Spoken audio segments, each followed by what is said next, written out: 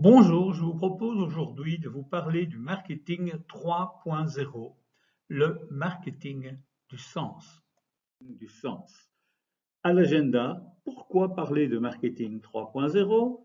Comprendre le marketing participatif et collaboratif, comprendre le paradoxe de la globalisation et du marketing culturel, voir ce que signifie une société créative et le marketing à y développer, comment faire un marketing collaboratif, culturel et en quête de sens.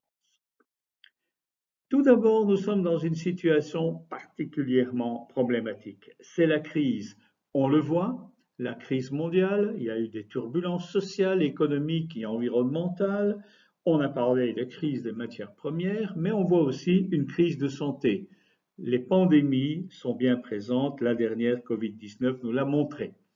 La crise sociale est bien présente avec des problèmes liés à la pauvreté.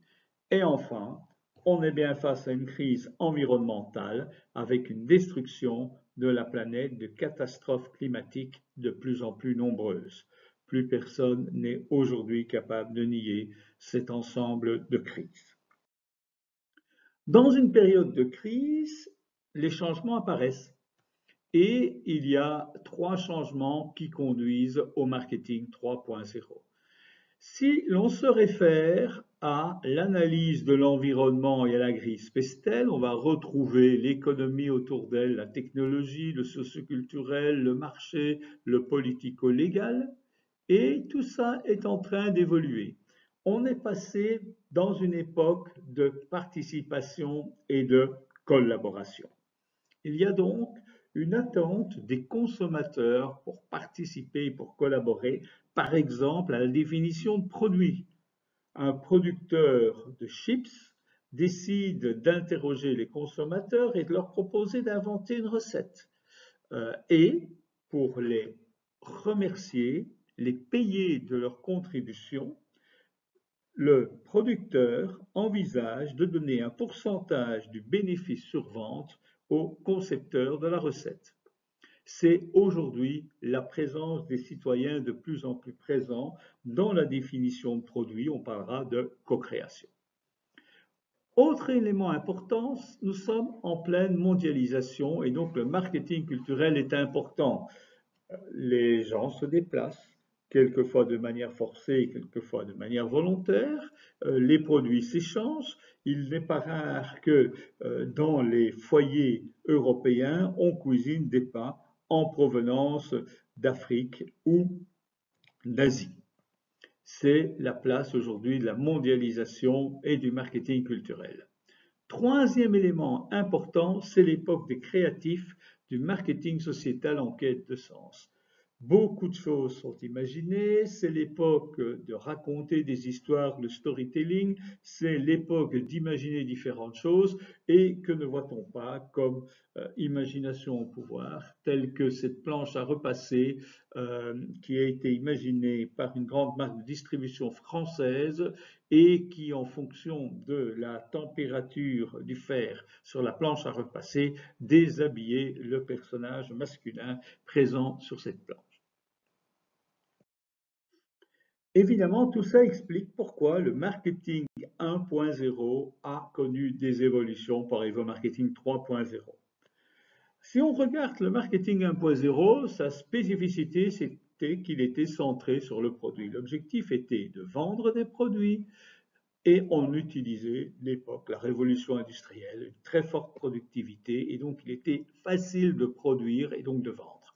Le marché était avant tout grand public avec des besoins matériels. C'est l'époque où la ménagère était heureuse en disposant d'une panoplie d'électroménagers, tous plus utiles les uns que les autres. Le concept clé, imaginons un produit, développons-le et il sera vendu. Et donc le marketing devait principalement valoriser les spécificités du produit, la fonction, créer l'utilisation. Et le but était de convaincre de la même manière tous les consommateurs. Une entreprise communique à plusieurs personnes, plusieurs consommateurs. Le marketing 2.0 a commencé à s'orienter vers le consommateur. Il fallait satisfaire et fidéliser les consommateurs grâce aux technologies de l'information. Le consommateur devenait plus intelligent. Il exprimait des sentiments, une connaissance, grâce notamment aux associations de consommateurs. Le concept clé était d'être différent des concurrents. On positionnait le produit et l'entreprise. On visait à un produit fonctionnel et qui créait une émotion. C'était la transaction one-to-one ou en tête-à-tête.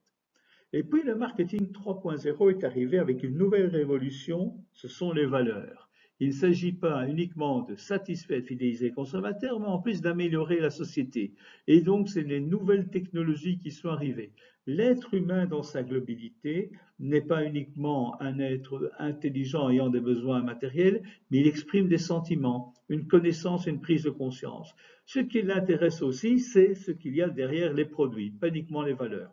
On veut comprendre la mission de l'entreprise, sa vision, ses valeurs. Par exemple, on veut du lait local, on veut des produits équitables.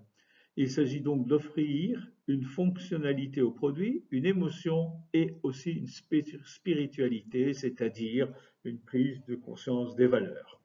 Et on travaillera dans une transaction de plusieurs vers plusieurs. Pour comprendre cette évolution, il est important de regarder la pyramide de Maslow. Alors, la pyramide de Maslow, bien connue, la version ici est celle du XXe siècle.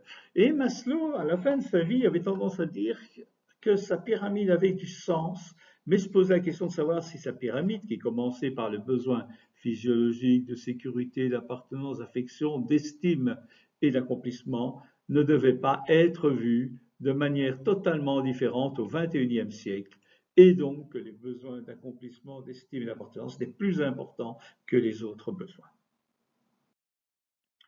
Qu'est-ce que l'on trouve comme élément clé du marketing 3.0? D'abord, on voit que c'est un marketing collaboratif. L'objectif, c'est de stimuler la participation. On est dans une culture de plus en plus diversifiée et dans les paradoxes de la mondialisation. On est pour pouvoir consommer des produits venant du monde entier, mais enfin, d'un autre côté, c'est un problème pour ne pas acheter les produits locaux. Il y a donc une ambivalence systématique du consommateur, en se disant bien aussi que certains produits locaux sont produits avec des ingrédients venant du monde entier. Et donc, il est important d'offrir une sorte de quête de sens, de spiritualité, et la créativité va être sans doute une solution pour réfléchir comment offrir quelque chose d'autre aux consommateurs. L'avenir du marketing, qui aujourd'hui, ou qui il y a quelques années étaient les 4 P, le produit, le prix, la distribution, communication, Product Price, Place, Promotion, est devenu la co-création. On fait appel aux consommateurs pour aider à créer un nouveau produit. La segmentation classique, ciblage, positionnement, se transforme vers une communautarisation. On identifie des communautés qui vont aider le consommateur à s'orienter. La marque, il ne s'agit plus uniquement de développer la marque et renforcer son image, mais il s'agit de montrer qu'elle a du caractère et qu'elle est authentique, qu'elle est vraie, qu'elle est juste. C'est la raison pour laquelle on développe un modèle qu'on appelle le modèle 3I. Il s'agit à la fois de développer l'intégrité de la marque, l'identité de la marque et l'image de la marque. Positionnement, différenciation et marque se traduisent à travers ce modèle 3I. Ce modèle matriciel est basé sur 3 logiques. On va s'adresser à la conscience du consommateur, on va s'adresser donc à son esprit, on va s'adresser à ses émotions, donc à son cœur, et on va s'adresser à ses valeurs, à ses spiritualités, à son âme. Il s'agit donc de le rendre conscient que le produit répond à ses besoins, et bien sûr, il faudra qu'il soit rentable et il faudra que les valeurs qu'on va communiquer montrent que le produit est supérieur aux autres. Mais par rapport à ses aspirations émotionnelles, il faudra montrer que le produit est performant et différent. Et par rapport à ses aspirations spirituelles, il faudra montrer que le produit est sympathique, qu'il est durable et qu'il se distingue, qu'il apporte un plus au niveau des valeurs. C'est ainsi qu'on va parler d'améliorer le bien-être de la communauté et donc des gammes de produits pour le ménage et les consommateurs, va proposer Johnson, mais va aussi proposer des sacs de provisions réutilisables, c'est un des premiers, maintenant ça devient l'habitude, et va par exemple cibler les plus démunis. Au niveau vision, Johnson dit, moi je vais être un leader mondial pour mes solutions innovantes qui rencontrent les besoins humains. Ça va se traduire dans une valeur économique durable par le soutien des communautés tout en garantissant une croissance rentable. Et par exemple, ils ont mis en place un prix, le Ron Brown, pour la gestion d'entreprise. Et le rapport public de Johnson décrit les valeurs durables. Au niveau durabilité, Johnson dit, je mets en évidence les valeurs familiales, je mets en évidence la famille, le personnel. C'est d'ailleurs conçu aujourd'hui comme une des 100 meilleures compagnies pour les mères actives. Et au niveau âme, la chance de faire quelque chose de bien pour l'environnement et le social. D'autres sociétés ont agi de la même manière. Quoi qu'il en soit, si la mission veut être crédible, il faut à la fois faire des affaires autrement, il faut imaginer un récit qui va mobiliser les gens et il faut rendre le consommateur autonome et responsable. Pour ce faire, il convient d'identifier les défis socioculturels, sélectionner les cibles et introduire la transformation. Les défis aujourd'hui peuvent aussi bien concerner la nutrition, les soins de santé, l'éducation, l'iniquité, l'injustice sociale, le bien-être. Les cibles, quelles cibles va-t-on identifier pour proposer des changements? La classe moyenne, les femmes, les personnes âgées, etc. Et proposer un changement pour satisfaire aux besoins les plus élevés de la pyramide de Maslow, c'est-à-dire tendre vers une conversion collaborative, culturelle et créative. Pour ça, on peut travailler avec trois types d'acteurs. Il y a ceux qui vont innover, ceux qui vont diffuser, ceux qui vont investir.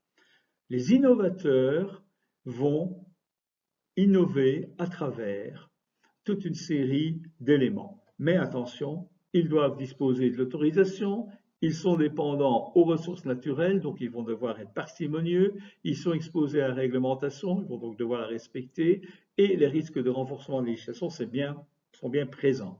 Les diffuseurs, leur but, c'est de promouvoir, mais le marché concurrentiel pour les dispositions écologiques devient aujourd'hui un marché tel que le greening, rendre plus vert un produit, se traduit souvent en greenwashing, c'est-à-dire donner l'illusion d'avoir verdi un produit. Les capacités restent limitées dans un marché hautement concurrentiel et il existe bien sûr des antécédents en matière environnementale qui ne sont pas toujours perçus comme positifs par le consommateur. L'investisseur, il doit promouvoir les activités, mais de nouveau, le marché est particulièrement concurrentiel et les capacités sont limitées dans ce marché concurrentiel. Qu'est-ce qu'il est moyen de faire?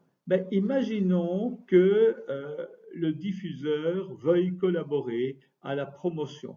Dans un marché de niche, il peut initier le buzz pour les produits verts en ciblant un marché de niche des initiateurs de tendance. Selon la théorie de l'innovation de Rogers, ça permettra de faire connaître le produit. Dans un marché de masse, l'investisseur, il va créer une masse critique en définissant des produits verts comme la nouvelle norme pour le grand public. Par exemple, obligé à des sacs de caisse réutilisables. L'innovateur, lui, en matière de production, il peut créer des produits spécialités, donc de niche, ou créer un produit commercialisable pour le marché de masse. Il est possible aussi de définir plusieurs pratiques de gestion durable. Alors, ça peut être la co-création, on rend le consommateur autonome et on va développer la gestion des parties prenantes, les bonnes pratiques commerciales avec les fournisseurs. Les modèles de consommation sont basés sur l'innovation et l'avantage compétitif. Et en matière de globalisation, on peut outsourcer, délocaliser, mais il faudra gérer les parties prenantes. Attention cependant, l'autonomisation du consommateur crée des ambivalences. Pourquoi ne pas imaginer des choses? Enfin, on ne travaille pas gratuitement. On fera compenser par le travail de consommateur. Au niveau collaboration, les menaces, c'est de rater le train en marche, des occasions manquées ou perte de part de marché par manque de moyens ou d'influence. Donc, il faudra multiplier les occasions, les possibilités de saisir les nouveaux marchés. Au niveau de l'évolution des modèles de consommation, la méconnaissance de l'offre des fournisseurs des besoins de consommateurs freine l'innovation, donc il faudra collaborer avec ses clients, avec ses fournisseurs. Et au niveau globalisation, c'est très bien, mais les chaînes de production sont plus longues, plus complexes et plus difficiles à maîtriser. En plus, les risques en matière de développement durable sont bien présents et notamment des risques pays existent bien. Donc le but, c'est de collaborer avec divers acteurs pour intégrer le développement durable dans la chaîne de valeur. Ces pratiques de gestion vont aussi, par exemple, jouer sur l'investissement socialement responsable, sur la pénurie de matières premières, sur la qualité et le prix, sur la recherche de produits porteurs de sens, sur la transparence, l'impact et le regard critique des citoyens et des médias. Je vous invite à prendre connaissance du présent tableau.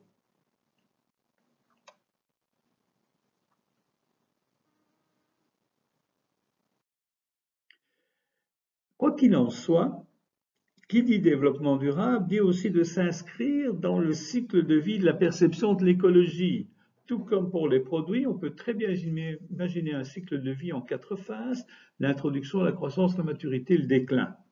Alors, bien sûr, en phase d'introduction, les stratégies sont différentes. On va promouvoir l'éco-avantage, on va utiliser l'écologie en tant que source principale de différenciation, on va essayer d'obtenir l'aval des initiateurs de tendance et utiliser le marketing bouche à oreille.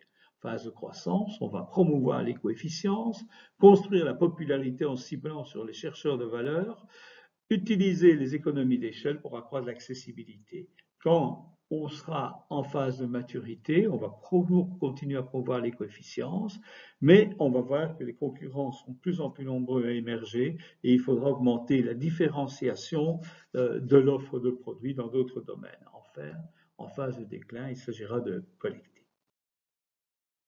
C'est la raison pour laquelle le marketing 3.0 émet 10 recommandations qu'il exprime sous la forme de 10 commandements. Aimez vos clients, respectez vos concurrents, soyez sensibles aux changements, soyez prêts à vous métamorphoser, défendez votre nom, clarifiez votre identité, les clients sont tous différents, adressez-vous en premier à ceux que vous pouvez satisfaire au mieux, proposez toujours une offre de qualité à un prix juste. Soyez toujours disponible et diffusez de bonnes nouvelles, gagnez des clients, gardez-les et faites-les en croire, rendez service, améliorez la qualité et le prix à distribution de vos produits et services, recueillez des informations pertinentes, utilisez-les avec prudence pour prendre votre décision finale. Premier commandement, aimez vos clients, respectez vos concurrents. L'idée est de créer une émotion qui va déclencher une action chez le consommateur. Par exemple, en l'incitant à réagir, à voter, à donner son avis. Si on déclenche un raisonnement logique, ce qui va se passer, c'est que le consommateur va directement aller à la conclusion sans imaginer d'autres choses qu'il pourrait faire. L'idée, c'est donc d'offrir une plus-value et de l'émotion. Deuxième commandement, soyez sensibles au changement, soyez prêts à vous métamorphoser. Plus il y a de compétiteurs sur un marché, plus l'intelligence apparaît. Plus les clients deviennent intelligents. Ils sont mieux informés par les entreprises, l'entreprise et ses concurrents. Ils sont mieux informés par les consommateurs, c'est l'idée des associations de consommateurs.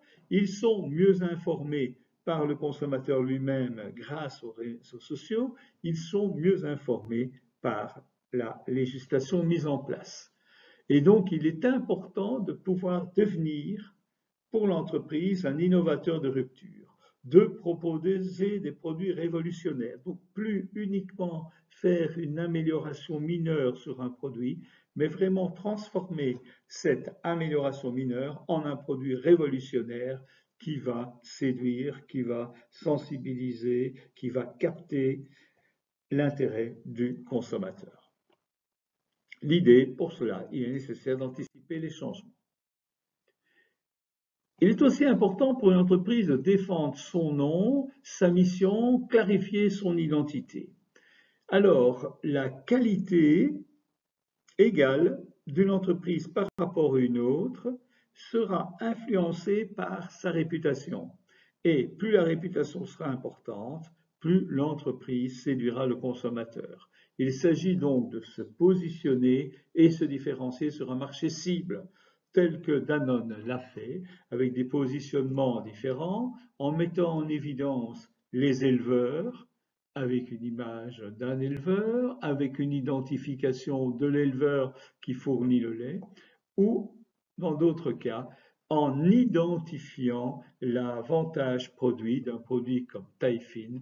Tout est dans le nom, et si ce n'était pas assez clair, en dessous de chiffre 0%, 0% garantit la perception. Il s'agit donc de clarifier les valeurs.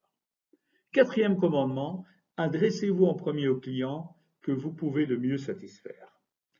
Ça peut sembler évident, mais tous les clients sont différents. Il n'y a pas un client qui ressemble à un autre. L'idée est donc de dire, mais adressez-vous spécifiquement et en premier à ceux à qui vous pouvez apporter le plus d'avantages. Ce sont eux qui deviendront les ambassadeurs de votre marque. Cinquième commandement, proposez toujours une offre de qualité à prix juste. Alors, c'est vrai que quelque part, démontrer un prix juste est quelque chose de complexe. A priori, le prix le plus juste pour le consommateur, c'est le moins cher.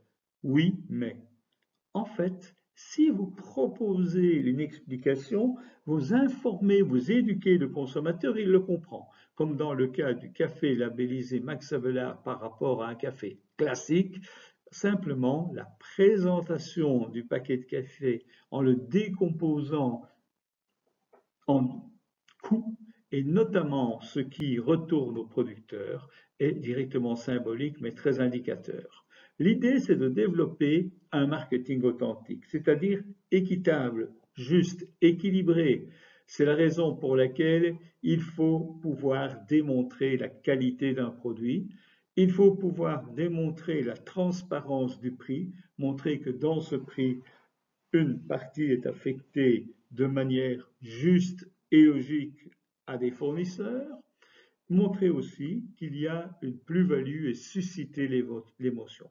Il ne suffit pas d'informer, il faut aussi donner envie aux consommateurs de s'inscrire dans les valeurs de l'entreprise et dans cette spiritualité. Sixième commandement, soyez toujours disponible et diffusez les bonnes nouvelles. Les futurs clients, ils espèrent des solutions. Et pour attirer les futurs clients, il s'agit de les informer. De nouveau, la raison doit conduire à la conclusion. L'idée, c'est de faciliter l'utilisation aux technologies, de leur permettre d'avoir rapidement une information. L'idée, c'est aussi d'augmenter l'expérience client en développant le marketing omnicanal, travailler sur différents canaux. Septième commandement, gagnez des clients, gardez-les et faites-les croire. Évidemment, l'image qui apparaît sur la DIA a tendance à montrer comment le client l'a souhaité jusque ce que le client a réellement besoin, en passant par différentes étapes, comment le chef de projet l'a compris, comment l'analyste l'a schématisé, comment le programmeur l'a écrit, comment le business consultant l'a décrit, comment le projet a été documenté, ce qui est installé chez le client, comment le client a été facturé, comment le support technique est effectué, et enfin, ce dont le client avait réellement besoin. Avec beaucoup d'humour, c'est important de conserver les clients et pour les conserver, il faut bien les connaître personnellement. Ça veut dire qu'il faut détecter, analyser, comprendre et adapter les produits à leurs besoins. Il faut aussi tenir compte de leurs préférences et de leurs comportements. Attirer des clients pour la vie, comme certaines chaînes hôtelières qui appellent le client dès son arrivée par son nom, qui disposent d'une base de données et des expériences du client et donc lui permet de savoir ses préférences et donc de répondre à ses besoins. Huitième commandement, rendez service. L'important, c'est de développer l'expérience client. L'expérience client, c'est un mix du service et de l'empathie. À un moment donné, le client doit se sentir extraordinaire. Comme l'idée de ce client passionné de Jeux olympiques et qui se présente dans un magasin où l'on vend des donuts. Et face aux donuts, il se dit c'est quand même merveilleux les Jeux olympiques.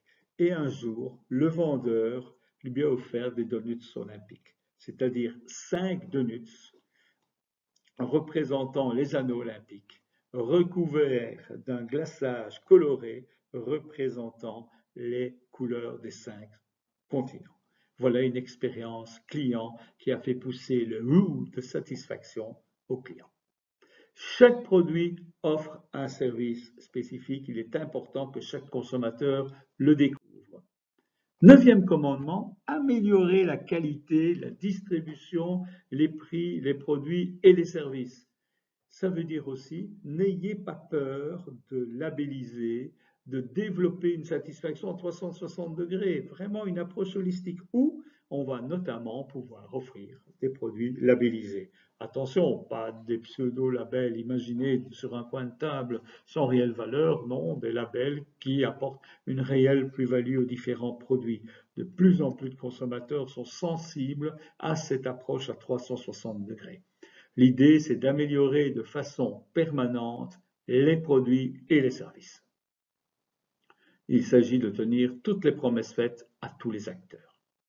Recueillez des infos pertinentes, utilisez-les avec prudence. Bien sûr, un consommateur n'aime pas répéter 50 000 fois les mêmes choses. Son expérience client devrait être intégrée dans l'entreprise. Bien sûr, l'entreprise souhaite disposer des informations consommateurs pour pouvoir répondre au mieux à ses attentes. Et c'est cette maîtrise, la connaissance et l'expérience client qui crée la satisfaction. Le problème, c'est que aujourd'hui, il existe un règlement général de protection des données, RGPD, qui doit être respecté et qui permet une protection réelle de la vie privée. À côté de ça, l'expérience malheureuse, Facebook et Cambridge Analytica est peut-être derrière nous, mais pose quand même encore beaucoup de questions aux consommateurs qui s'interrogent. Que va-t-on faire de mes données? Comment va-t-on les utiliser? Et il est vrai qu'aujourd'hui, le deal pour l'entreprise, c'est de pouvoir tenir compte de ce big data pour pouvoir répondre aux attentes des consommateurs sans donner l'impression d'une trop forte pression. Le tout, c'est d'utiliser les données avec respect et prudence. Vous souhaitez en savoir plus, n'hésitez pas à consulter l'ouvrage de référence. Bonne journée.